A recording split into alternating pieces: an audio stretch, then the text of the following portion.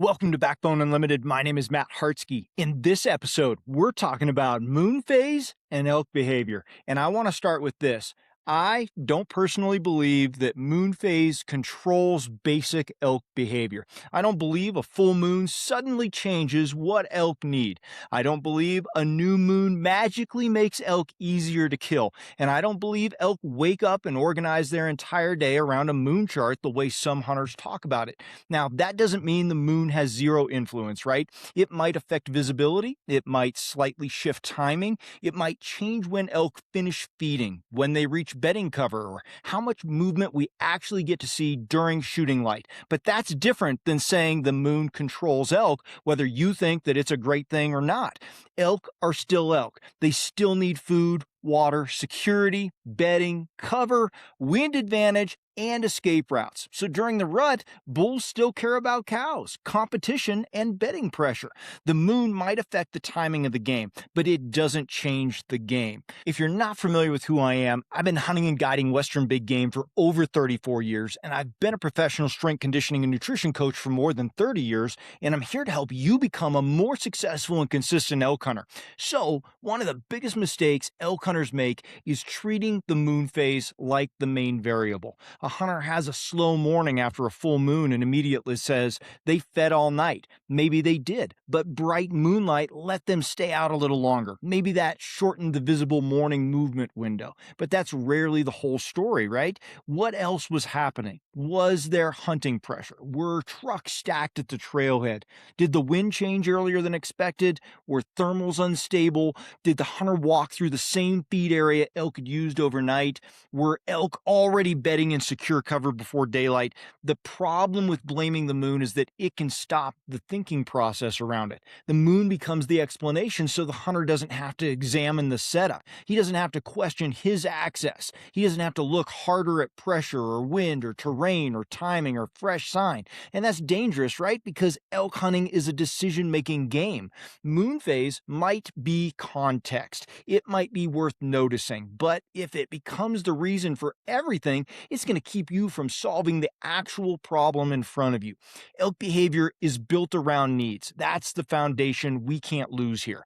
Elk need to eat. They need water. They need bedding security. They need cover. They need terrain that lets them see, smell, hear, and escape and survive. During the rut, bulls need cows. Herds need safety. Mature bulls still want wind advantage, terrain advantage, and separation from pressure.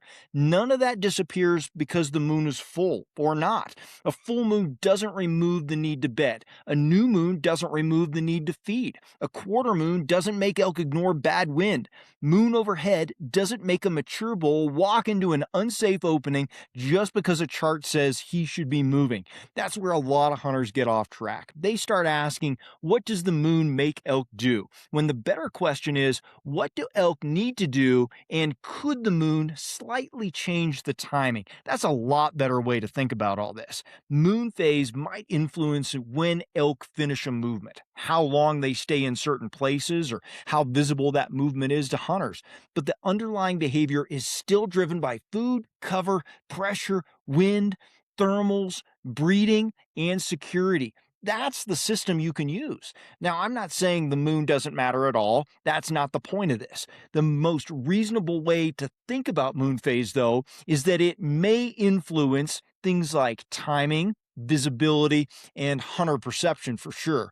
On bright nights, elk might be able to feed more comfortably after dark. They might spend more time in open feeding areas when they can see better. Makes sense. They might get back to bedding cover a little earlier in the morning. They might complete part of their feed to bed transition before legal shooting light, especially in pressured country or during warmer weather. Those things can matter, but it doesn't mean they vanished like a lot of guys seem to think, right? It doesn't mean they stopped moving. It doesn't mean the unit is bad, and it doesn't mean you should sleep in because the moon was bright. It means your timing might need to sharpen. If elk are finishing the visible part of their movement earlier, you need to already be in position. You can't be walking through the feed area at daylight and expect to catch elk that left 30 minutes before you got there. That's the practical side of this. Don't turn the moon into a magic answer. Use it as one small clue that might help you tighten your timing. Hey, if you hunt public land elk and you're tired of grinding through random seasons, I built the Elk Hunting series of ebooks for you. Most hunters don't struggle because they lack effort. They struggle because they lack a system. And that's exactly why I built the Elk Hunting E-book Series as a complete progressive framework for Western elk hunters who are done guessing and ready to hunt with intention. Volume 1 is going to be Foundations and Reality. I reset your mindset and expose the assumptions that quietly wreck seasons. In Volume 2, Finding Elk and Understanding Pressure, you'll learn how elk actually move under pressure so you can anticipate instead of react. In Volume 3, Terrain, Wind, and Position, I break down how to use landscape and thermals to consistently create opportunities. In Volume 4, Calling, Silence, and Pressure, sound becomes a decision tool, not an impulse. In Volume 5, Bow Hunting Execution, we're talking about close range strategy so you can finish your encounters. And in Volume 6, Late Season and Post Rut, we're talking about how elk shift after the rut and how to adapt when others quit. This is a system built for consistency. This isn't theory, it's a structured system to help you find elk, read country, and make confident decisions every season. Buy each volume individually or bundle them all to save 50% off at backboneunlimited.com. Hunters often overestimate the moon because the moon is easy to see and easy to remember, right? You don't need much experience to look up and say, full moon. You don't need to understand thermals. You don't need to read pressure. You don't need to break down bedding security. You don't need to admit that your access route might have been wrong. The moon, it's a simple blame, right? And because it's simple, it gets blamed for a lot of things it probably didn't cause. There's also confirmation bias. A hunter believes full moons are bad. Then he has a slow hunt during a full moon. That confirms what he already believed. Told you so. Full moon's terrible. But he forgets the full moon hunt where elk moved well. He forgets the new moon hunt where nothing happened. He remembers the examples that support the story he already had in his mind. Camp talk makes it worse. One guy says they're moving all night because of the moon. Another guy repeats it. Pretty soon, it sounds like a fact. One way or the other here. I've heard this both ways, right? But one slow morning doesn't prove the moon controlled the elk hunt. Maybe the elk got pressured. Maybe they shifted drainages. Maybe they used a different bench. Maybe they were bedding closer than you thought. The moon might have been part of the picture, but it probably wasn't the whole picture. There are variables that consistently matter more than the moon also, right? Those are the things I want you to focus on. Hunting pressure matters more. Wind matters more. Thermals matter more. Access matters more. Bedding security matters more. Cow location matters more. Fresh sign matters more. We're going to go on and on here. Terrain structure matters more. Temperature matters more. Water can matter more. Human disturbance can absolutely matter more. But timing can matter even more than all those. If you understand the moon but don't understand pressure, you're still guessing. If you know the moon phase but you blow your wind into bedding cover, you're still out of the game. If you plan around moon overhead but walk through the elk's transition route during daylight without understanding what a transition route is, the moon didn't beat you, your access beat you. That's the part hunters need to own. Elk hunting is rarely about one factor. It's the combination of factors that creates the opportunity. The best elk hunters I know don't look for one magic answer. They stack clues. They read country. They adjust to pressure. They protect their wind. They understand where elk feel secure. The moon might be a very small piece of context, but the system is terrain, wind, pressure, security, sign, timing, and execution, all within the context of actually understanding elk behavior. That's where consistent elk hunting decisions come from.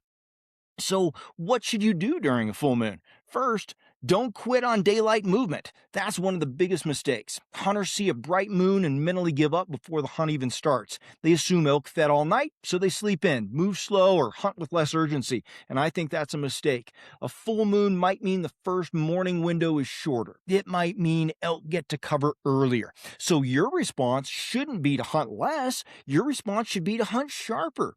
Be in position earlier. Don't waste prime time walking through open feeding areas.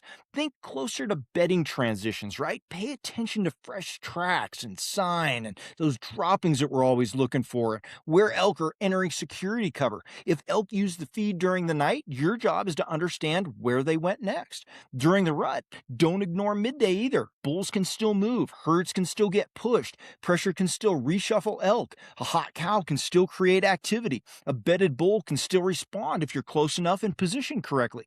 Full moon doesn't mean elk are unhuntable. It just means you'd better understand timing, security, position, and their behavior a lot better. The new moon creates a different kind of trap. Because a lot of hunters believe the new moon is good, they get careless. They assume elk are going to move longer in daylight. They assume bulls should bugle more. They assume the woods should come alive. And when that doesn't happen, they get frustrated because their expectation was built around the moon instead of the actual conditions. A darker night might reduce visibility. It might shift some feeding or movement. And it doesn't guarantee that elk are going to stand around in daylight. It doesn't erase pressure. It doesn't stabilize wind. It doesn't make elk ignore a sloppy approach. A favorable moon doesn't fix a bad setup, and that's the key here.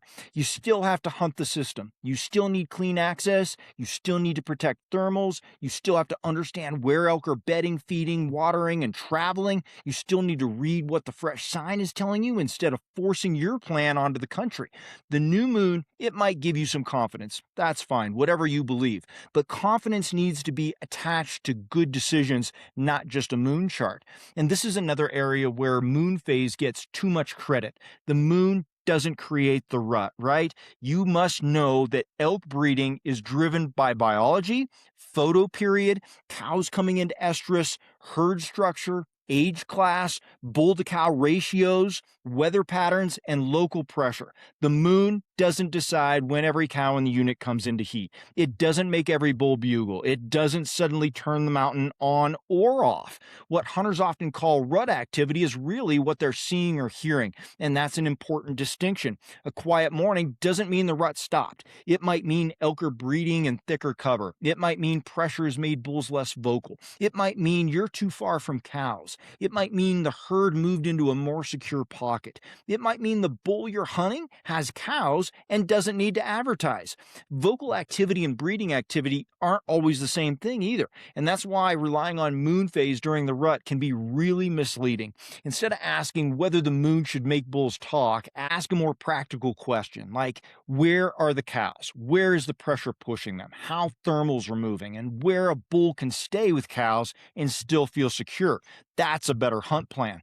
The better way to use moon phase here is pretty simple. I want you to let it inform your timing, but don't let it build the plan. That's the balance there. If there's a bright full moon, ask whether elk might have fed longer at night. Ask whether the morning transition might have been earlier. Ask whether you need to start closer to bedding cover. Ask whether you're seeing fresh nighttime use in an area that still has a strong daylight transition nearby. Those are all useful questions, but don't stop there. Ask what pressure is doing. Ask how elk can use the wind. Ask where thermals might be during your approach. Ask where the best bedding security is. Ask where cows are likely to be. Ask whether sign is fresh enough to act on. Ask whether your setup gives a real chance or just makes you feel like you're hunting. That's how moon phase should be used. It's not the driver. It's a small adjustment, maybe. The moon might help you think about when elk actually complete part of a movement, but terrain, pressure, wind, thermals, sign, security, and breeding behavior all tell you where to be when that movement happens. That's the difference. Now, here's a practical way to think about it in the field. Start with what elk need in that exact area. Not in theory, not based on the moon calendar, in that drainage, that basin, that timber pocket, that burn, that bench, or that transition zone. Where's the food? Where's the water? Where's the bedding security? Where can elk catch the wind? Where can they escape pressure? Where are the cows? Where would a mature bull feel like he has the advantage? Then identify the movement routes. How do elk get from feed to bed? How do they get from bed to feed? What route lets them stay hidden? What route gives them wind advantage? What route avoids the obvious hunter access areas? Then adjust your timing. If it's a bright moon, maybe you need to be closer to bedding earlier. If it's hot, maybe movement tightens. If pressure's high, maybe elk shift into steeper, thicker, or less convenient country for the hunter. If the rut is active, maybe midday becomes more important than hunters realize. Then make the best available move. Don't wait for the perfect moon. Don't waste a good wind. Don't ignore fresh sign. Don't abandon strong setups because a chart says the day is average. Hunt the elk in front of you. Now, here's my position on moon phase and elk hunting if you couldn't tell already. I'm not saying the moon has no effect. I'm just saying it doesn't control elk behavior the way a lot of elk hunters claim it does. It might slightly influence timing. It might affect nighttime visibility. It might change how visible elk are during certain windows. It might influence how hunters perceive movement, that's for sure. And in certain conditions, it might be one more clue worth considering, but it doesn't replace the real drivers. It doesn't replace food, doesn't replace water or security. It doesn't replace cows. It doesn't replace pressure, or replace wind, or replace thermals, and it definitely doesn't replace terrain. It doesn't replace the need for a clean approach and a good setup or your knowledge of actual elk behavior. So the elk hunter who understands those things is going to consistently make better decisions in the field than the hunter waiting for the perfect moon. And that's the mindset shift. Stop asking the moon to explain everything and start asking better questions about elk behavior. Where are they secure? Where are they feeding? Where are they bedding? How are they using the wind? What pressure are they avoiding? What's the best move I can make right now? That's how you hunt with a system. So don't build your elk hunt around the moon. Pay attention to it. Understand what it might influence, let it help you think about timing, but don't let it become the reason you hunt with less confidence or less urgency or less discipline. The moon might slightly shift when elk complete a movement, but it doesn't change what elk need, right? They need all those important things that we talk about. Your job isn't to find the perfect moon. Your job is to read the country, understand the pressure, protect the wind, find fresh sign, and make the next best decision for your hunt. That's better elk hunting. That's where it comes from. The moon might change the timing of the game, but it doesn't change the game. Now, if this episode made you realize you need a better elk plan this season, don't just watch another video and hope it all comes together. Build the plan now. If you want to study the full system on your own, start with my Elk Hunting E-book Series. If you want daily guidance, accountability, and a place to ask your questions as season gets closer, join Team Backbone. If you want my eyes on your actual hunt plan before season, your maps, terrain, access, pressure points, and strategy, book an Elk Hunt Plan Audit with me and I'll get you squared away. The hunters who are ready in September are the ones who start tightening the plan now. Go to backboneunlimited.com and choose the path that fits where you're at right now, and we'll get you started. Thanks for being here. I appreciate every single one of you, and I look forward to seeing you in the comments. Until next time, train harder, hunt smarter, and never settle.